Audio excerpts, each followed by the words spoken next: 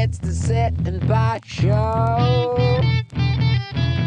It's the Sit and Pie Show. It's the Sit and Pie Show. It's the Sit and Pie Show. Good evening, everybody, and welcome back to the Sit and Pie Show. I got a little bit of a different agenda tonight. We're going to be going over baseball's Hall of Shame. We're going to be going after 10 players and trying to determine if they are eligible or should be in the Baseball Hall of Fame. And we're going to kick it off with Sit. Let's start off with number 10 on our list, Andy Petite. What do you think? Andy Petite, I will say yes, and I'll tell you why. Okay. 256 career wins. He was voted in the top 5 Cy Young 4 times. All-time leader in playoff wins at 19. He was a big-time pitcher in big-time games. In 2009, he was 4-0 in the playoffs, 3.52 ERA. The guy was a beast when it mattered. Kind of the Reggie Jackson of Yankees pitchers, Mr. October type. But I think on merit, he's a big-time pitcher that won big-time games, and he deserves to be in for that reason. Okay, yeah, I agree. I believe he was in the Mitchell report and admitted to using steroids for 2 days when he was recouping from an elbow injury. But what you said is the key, I think, with Andy Petite. He is the all-time leader in wins in the playoffs, and he's a Yankee. I know he pitched for the Astros. He pitched in 8 World Series, won 5. So he's not getting a lot of the vote early in his eligibility for the Hall. I would probably vote for him, but I don't know if he'll get in. All right, let's go on to number 9. Shoeless Joe Jackson. Also known as Joseph Jefferson Jackson, or Triple J. Admitted to actively throwing a game in some form or fashion. He actually had a pretty good batting average that World Series. He batted .375. And didn't have any errors against him, but I guess as he explained, he kind of muffed some plays when they needed him to make them. So here's a guy that has the 3rd highest batting average in baseball history at .356. And this is another one of these things. It's the time, right, in the era and what was going on. So 1917, he wins a World Series with the New York Giants. 1918, he has to go work in a shipping yard due to wartime efforts. Right. Then 1919, he's back in baseball. Somebody offers him, $5,000 along with eight players to throw the World Series. He tries to fess up to it, and get out. Allegedly, he tried to not be involved, but ultimately became involved. So, you look at everything in that perspective, and you kind of, I don't want to say you understand what you don't agree with what he did, but times were really tough, and $5,000 in today's world would have been just a lot of money. So I'm still going to say no, because I do put him in the category of somebody who cheated. And although his stats are amazing and he belongs in the Hall for his stats, I can't look past what he did in that World Series and what he admitted to doing. So that's why I would say no. Yeah, I'm with you. I would say no as well. Stat line, .356 average, .423 on base percentage, and a .517 OPS. His stats are, he's a first ballot, guy, but I'm with you. I can't look past the cheating or the attempt to cheat, whatever it really ended up being. I still have to say no. I think he cheated the game, and I can't put him in. Do you know how he got his nickname? No, please share. He was wearing cleats that were too tight. and he actually couldn't stand it, so he played in the game without shoes on. Oh my. Well, That's what I read about him. So I don't know if that's true, but he took it at bat without any shoes on. So okay. Let's go to number 8, Sammy Sosa. yeah, Samuel Peralta Sosa is an interesting case study because I don't whether he did roids or didn't do roids. I'm not really so interested in that. I'm more interested in his numbers, and I don't. Here's a guy who had 609 career home runs, kind of a one-trick pony, hit a lot of home runs. His batting average for his career was 273. His OPS was 779, and he was an average fielder at best on teams that never won anything. So I don't even put him in aside from the alleged steroid controversy. I say no. Yeah. He does not pass the eye test. Just like Barry Bonds, who we'll talk about a little bit later. His body just exploded. His head exploded compared to when he first came up with the White Sox. He was this rail thin guy. His uniform really didn't fit him. But his contribution, though, to the game at the time where it was suffering, the home run battle with Mark McGwire, it was a lot of fun to watch. It really was. And he's kind of been on some lists of people that maybe did not pass the test, the steroid test. But he hasn't really firmly been caught. Never convicted. Yeah, so we all assume that's the case, but this is a little bit of a tougher one, but I'm still going to say no. But I'd be open to hearing some discussion on that. Yeah, it's like baseball. It's hard, like baseball. Like last week, Tony Kukoc got into the NBA Hall of Fame. Right. I don't know why. He had some good years. Okay, fine. But, baseball's just a harder measuring stick to get into the Hall of Fame than other sports. And I just don't think his numbers and, I put credit on whether the guy ever won anything. And really those Cubs teams never won anything. They touched the playoffs a couple. How many playoff games or how many seasons were they in the playoffs? A couple with Sosa? Yeah. But I just don't think his numbers match up with, some of the other people we're going to talk about. So I would definitely say no. Yeah. He's only one of, I believe, 6 people in the 600 home run club. The other thing too with him, though, if you're going to base it on playoff experience, we don't need to go into this, but like a guy like Andre Dawson, I don't know if he ever played in a playoff game and he made the Hall of Fame. So yeah, I think it's more individual. But I think it's an element that I look at, though.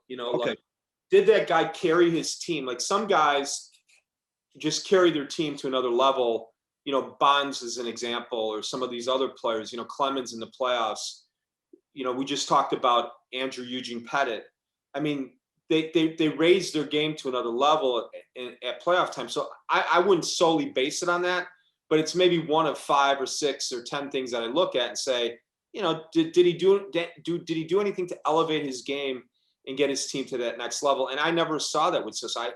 Honestly, in some of those playoff series, the best player that was playing for the Cubs was Grace. I remember against the Giants, Grace and Clark were just going back and forth. I think it was 89, right. and Grace tried to put the Cubs on his back. Sosa, I don't remember him even being in a playoff series. Yeah, he struggled a little bit. Yeah, I'm with you. It certainly does help. But let's go move on to number 7. This is an interesting one. Manny Ramirez. Manuel Aristides Ramirez. I think I'm pronouncing that middle name correctly. Right. 555 home runs, 312 average, 9.996 OPS. He had 165 RBIs in 1996. 1994, he was second, runner-up to Rookie of the Year. He won 2 World Series on teams that he was an integral part of that win, those wins, him and Big Papi. He played 19 seasons. I think his numbers get him in. I think he's good enough with those numbers to get in. I think it's a little more borderline than some of the other people we're going to talk about, but I mean, just the impact he had on the games he played in, and for a prolonged period of time, he was a guy that people feared coming up to bat, and one of the most feared hitters in the game for a period of time. Well, we got our first disagreement. I don't think he should even be let in the doors of the Hall of Fame, even if he wanted to visit. This guy tested positive twice. He was suspended 50 games one time. He was facing a 100-game suspension, and he retired. His numbers are video game numbers. They're incredible. And what I don't like with him is he is a guy, and we'll talk about a few more, that never needed to touch any PEDs, and he would have been a Hall of Fame player. Yeah, he was a great player without taking any performance enhancements. And I mean, I feel bad for him that way, but he made the choice. I would not let Manny Ramirez in. 12 All-Star appearances, 2 World Series, like you mentioned. I mean, his credentials and stats are just, frontline Hall of Fame. But here's a guy that just they flat out caught, and I just can't see him getting in. Yeah, and like I said, I have him borderline, but borderline leaning towards letting him in, and I just think his numbers are outstanding, and he won big games, and Okay. I don't yeah, but you make a great point. I mean, the once fool me once, fool me twice, shame on you kind of thing. Yeah. I can see where you have that opinion, and Okay. it might just sway me to go the same way. I would let him touch the door to the Hall of Fame. You won't even let him in with. I won't even let him in. Yeah, you've got like a perimeter wall built around the hall for Manny, but Right. I'm not as convinced with that. So Okay. right. Let's go on to number 6, Big Mac, Mark McGwire. I've got Big Mac as a yes. I think he's a Sosa, but better. He won a World Series in 1989. He won a Gold Glove. He has he at the time he had the most homers, 70 homers. Played in 12 All-Star games. He has the highest home run to at bat percentage ever in the game. One home run for every 10.6 times at bat. Did he do steroids? I don't know. It seems like there's evidence that he may have, but I like his numbers. I would let him in. I think he was a good ambassador for the game. And like you mentioned earlier with him and Sosa, I think that they, for a while there, baseball was carried by those two players, So I think that it captivated, the world, what they were doing every game in, game out. And I think his numbers support it. And I think that that the difference between him and Sosa is I think he was a better defensive player. He was and he won and he played big in big games. So I'd put him in. Okay. This is a guy who took the opposite approach of most of the guys we're talking about. Sammy Sosa, for one. He's admitted he used them. Right. In 2010, he did a piece for this AP where he said he used steroids not only in 1998, but on and off throughout nearly a decade of his 16-year career. Yeah.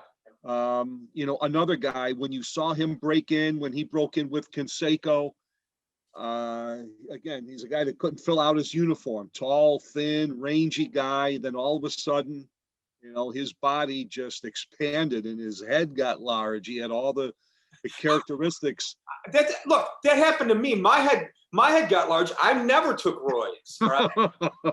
So don't go by head size, all right? Which is stop with the head size. I had a head like a peanut before. Look at me now. But yeah, you're right. I mean, him and Sosa carried the game for a while. They really made it popular and must-see TV in their home run race. But yeah, I can't see him getting in 583 career home runs. But yeah, I'm admitted and admitted using for a long period of time during his career.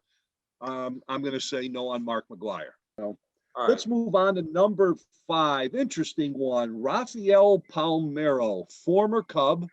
What do you think about Rafael? I don't have any desire to put him in the Hall of Fame on for any reason. I just don't. I don't think his numbers support it. I think he said that he never took roids, but he took a B12 shot using Tejada's needle, and it was tainted with roids or something like that. But I mean, even if you look at his, he was an All-Star 4 times. He batted about 288, lifetime hitter. Never played in any really big World Series or anything like that, or anything notable. I just don't see it. Did he play in a? I don't think he played in any. Maybe with Texas. Yeah, he definitely played in the playoffs, but he's a 3,000 hit guy, and those guys get in. Those guys get in. He's another guy that he did not need to use them, and what he'll go down in history for is this. In front of Congress, I have never used steroids. Right. Well, you know what? It comes out that he did. And he was to me, I think he was a surefire Hall of Famer based on his statistics. But obviously they were tarnished. But I mean, when he broke in, he was a great college player. Him and Will Clark and Bobby Thigpen playing at Mississippi State. He was going to be a really good player, really good hitter. But he just wanted to pop the ball out of the park a little bit more. And unfortunately, it's going to keep him probably from getting into the Hall of Fame. In your mind, do you think that if somebody hits 3,000 hits, they automatically should get in? Yeah, I do. Okay. I do. Let's move on to number 4. Alex Rodriguez. Sid, what do you think? I say yes, yes, and yes. I wrote down on my paper, 696 home runs, 4th best all time, 3 MVPs, 14 All-Star games. Gold Glove, moved to third base when he joined the Yankees to leave Jeter at short. Probably could have won more Gold Gloves at short if he stayed there. I think he was the greatest player of his time. I'd put him in. We disagree again. God, we usually don't have this many disagreements. I know, but yeah, I'm a no on A-Rod. Definitely tied to PEDs. In a response to a report of a positive test in 2003, he admitted in 2009 to using steroids between 2001 and 2003. Years later, he was caught up in the biogenesis scandal and eventually suspended for the entire 2014 season. Another guy that never had to use them. He was a Hall of Fame. He was on track for being a Hall of Fame player before he ever came across PEDs. He was one of those prodigies when he came up to the Mariners, I believe, at age 19, maybe even 18. But his numbers are Hall of Fame worthy, but just too much evidence against A-Rod to get him into the Hall. I believe 1 World Series championship with the Yankees, but I'm going to say no on A-Rod.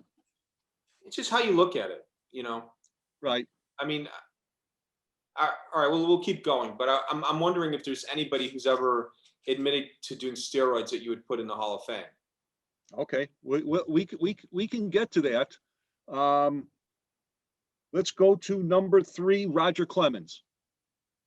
Affirmative, 354 wins, 6 pennants, 2 World Series championships, the most dominant pitcher of his era. Yes, he goes in. I'm going to agree with you. Wow. He was really tied to the Mitchell report, but he never produced a positive test. Mm-hmm. And he was, I mean, when you look at him, he was a guy that worked out a lot. He lifted a lot of weights for a pitcher. And you look from when he first came in to, the later stages of his career, there was a difference. I mean, he was thicker, but he did not have the exploding head. It might have, if he did, it might have extended his career where he was a really good pitcher after the age of 35. But without a positive test, and I don't think Sammy Sosa's ever had a positive test either, but without a positive test, I'm inclined to put Roger Clemens in. He was the best pitcher of his era. Him and Randy Johnson at the same time, really there, were the two best. But I'm gonna put Roger Clemens in. Excellent. We agree. We agree. All right, number 2, Barry Bonds. No question, he's going to the Hall of Fame. He's going to the Satowski Hall of Fame. No question about it. He had the most home runs in a season, all-time leader home runs, 7 MVPs. Just an amazing, amazing player. As you said, even early on in his career, he was like a 30-30 guy, or early on where he was stealing bases and that. But he was a guy that carried some teams on his back and just big time hitter in big time situations. Just amazing baseball player. Amazing baseball player. However, he is an admitted steroid user. He used the excuse that a lot of players who were caught, where he said he didn't know that they were steroids, but he was injected by his personal trainer. Again, another guy that never had to come near the stuff. He was a Hall of Fame player before he ever started using PEDs. And if you believe what you hear and read, here's a guy that was very jealous of McGwire and Sosa when they were going through that home run race and the publicity that they were getting. They were on national news every night. He couldn't deal with that. He had to catch up to them. And his numbers are just off the charts. They're as good or better than anybody's that ever played the game. I'm going to say no on Barry Bonds. Again, a shame that he took him because he didn't need him. He was a great player before that. He's a great outfielder, not only a great offensive player. But I'm going to say no on him, Sid. Yeah, I mean, the other thing I always think about with Bonds, and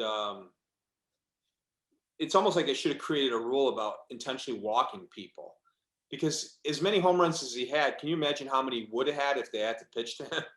Right. So right. I don't know what I didn't research how many walks he had in his career, but it has to be way up there. Yeah, I believe I can tell you that. All-time leader in walks, 2,558. Yeah. So, yeah, it's how you look at the steroid thing, but I can't look past his numbers and knock him out. There's no way. Okay. Let's go to number 1. Probably the most controversial player as far as in the Hall of Fame or not, and that's Pete Rose. Yeah. Sid, what do you think? I don't know. I put all these guys in pretty much, except for former Cub players. But Palmeiro and Sosa. But Rose, he was a dynamic force. Probably my favorite player of all time, or one of my favorite players of all time, just for his style of play and his passion for the game. That his rookie card in mint condition is worth $717,000 for one card. Amazing. Wow. He had a 44-game hitting streak. He captivated the nation with that. I don't know. Did he bet on games? I guess, and you've probably done more research on this than I have. The theory is that he never admitted to betting. As a manager, he never bet against his team, right?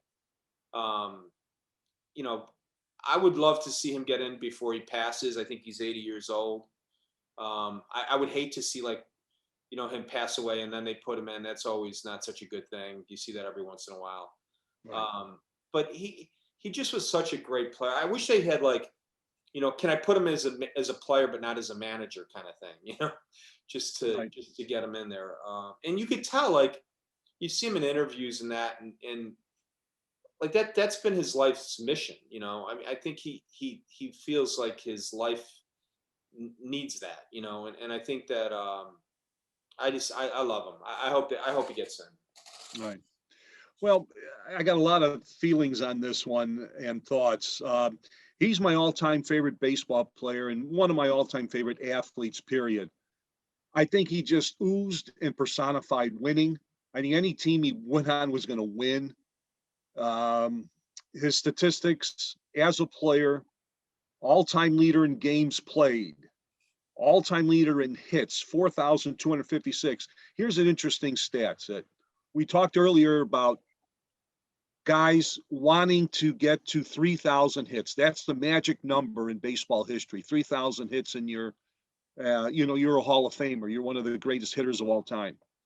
Pete Rose had 3,215 singles. Right. Not including doubles, triples, home runs. Right. That's an amazing stat to me. He's the all-time leader in at-bats with over 14,000 at-bats.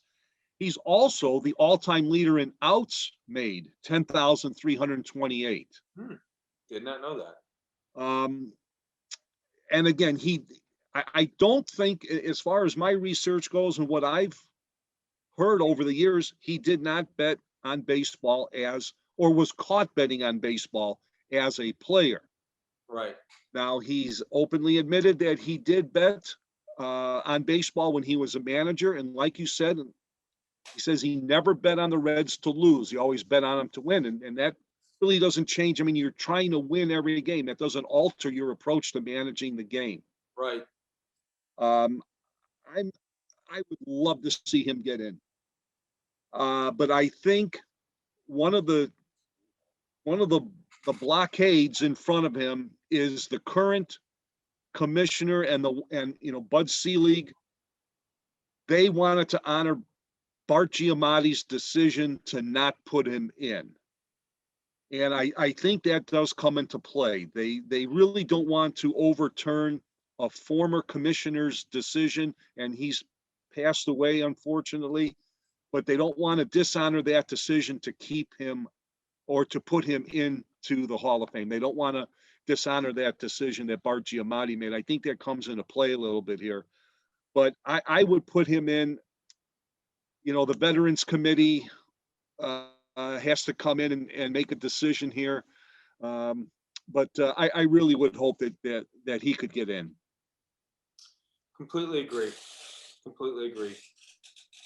They were, I mean, those were such, as a kid growing up, those were such great teams and those such great memories. And he was the center point of all of it. And, watching him come up from Morgan or Foster, or, Johnny Bench and, just unbelievable teams. And just, he was everything, like sliding head first into third base. And, remember when he used to walk? He used to all-out sprint to first base. Yeah. He had such, I don't know, he was just such a passionate player. And the other thing I love about Pete Rose is, like, if you listen to him today, at 80 years old, I've heard him on, baseball games, pre-games. I've heard him do Howard Stern. The guy hasn't missed a beat. Like his analysis is so interesting to listen to. And I just love listening to him, and he's an old school guy, and I hope he gets in. Right. Okay, man. Any others you want to just throw out there for discussion, or I think we covered the main 10. Yeah, but switching over to that Kukoc discussion, did you think Kukoc belonged in the Hall of Fame? I was surprised to see it. I really was. And are you gonna? I mean, he was a huge part of 3 championship teams. He was a very good player in Europe before he came to the Bulls. But what was his career scoring? 15 a game, 14 a game. I'm not exactly sure. His statistics don't put him into the Hall of Fame. That's for sure. You know, he was pretty much a bench player his whole career. Yeah. You know, that on the good teams, he came off the bench. Yeah. To me, I'm not sure about it. Yeah, we're neither of us are really taking into consideration his career over in Europe, which might have been the thing that kind of tipped the scales. But, I watched most of those induction ceremonies, and I thought that Chris Webber, I don't know if you caught Chris Webber, but I thought he gave the best speech ever for somebody going to the Hall of Fame. He was outstanding. And he gave a lot of love to Isaiah too for, mentoring him, which, Isaiah sometimes gets a bad rep. I was happy to see that, Weber spoke highly of Isaiah, and Isaiah sat behind him as he, did his speech, but I thought he was tremendous. Okay. Did you All catch right, man. that? No, I did not see it. I did not see it. You got to catch that. It's inspirational. Okay. I will check it out. As always, a pleasure. The pleasure's always mine, man. This is a good show. Real interesting topics of conversation. I'm sure our baseball folks will be throwing their 2 cents in. I'm just going to guess that Anthony has some pretty strong feelings on this subject. So I look forward to hearing them. Yeah, Anthony, hoops expert, Gene Kelly, can you dig it? Timmy, they'll all be weighing in on this one. Danny Hill. Danny Hill too. Yeah, we'll be getting text about how we were wrong or right. I got a feeling most people are going to side with you. I'm too liberal about the Hall of Fame, so we'll see. All right, man. Peace. It's the Sit and Buy Show. It's the Sit and Buy Show.